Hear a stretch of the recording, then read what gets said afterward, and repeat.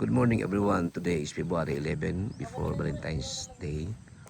Nakasabot may UFM to have a unforgettable experience. Kusog ang ulan kahapon. Kahapon may low pressure but nothing can stop us when we decide. So early in the morning, muna to ang situation karon. Successful kayo ang ato ang camp. Wala di uwan gabi may makatulog. And then tingnan nyo na relax dyan. So kada taon, pamahami and then back to work sa to ang mga tasks na kabaton. Mga problems to solve. But the most important is early in the morning. We encounter God. Din is mga place. Saan nga place, Bad? Swiss Chalet.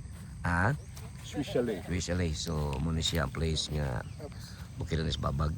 And then, likod na siya sa Tiplobliya. Kayo ang situation. Labis ang more power. This is Pastor Richard Malona with the UFM Church. To God.